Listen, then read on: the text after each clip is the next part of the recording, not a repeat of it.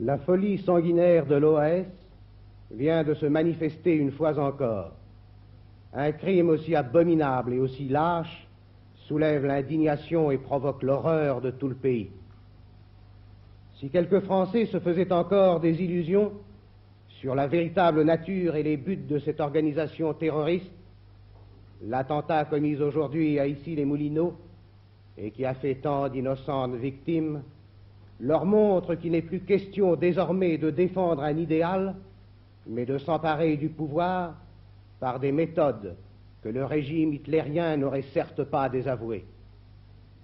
Il faut que la France soit convaincue que le drame algérien n'est plus qu'un prétexte dont se servent des hors-la-loi, des fascistes et des revenants de la collaboration.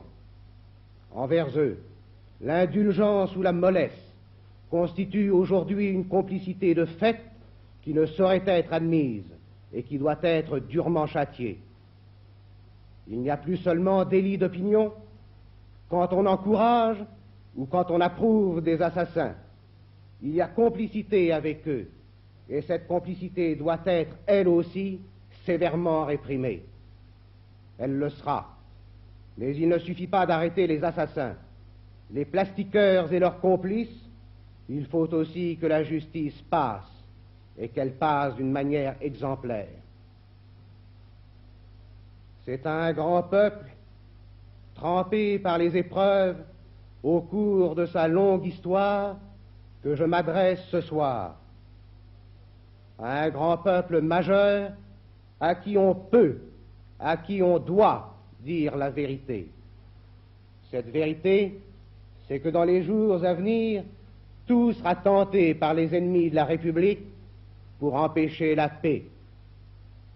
Dans leur indigence intellectuelle et morale, isolés dans la nation, ils ne trouvent d'autre moyen que de tenter de semer la terreur et jeter les Français les uns contre les autres. C'est bien mal connaître la France qui, depuis 15 siècles, n'a jamais voulu accepter la servitude. C'est bien mal connaître les Français qui, aujourd'hui comme hier, sont prêts à défendre leur liberté. C'est bien mal connaître, enfin, la volonté du gouvernement de défendre la République.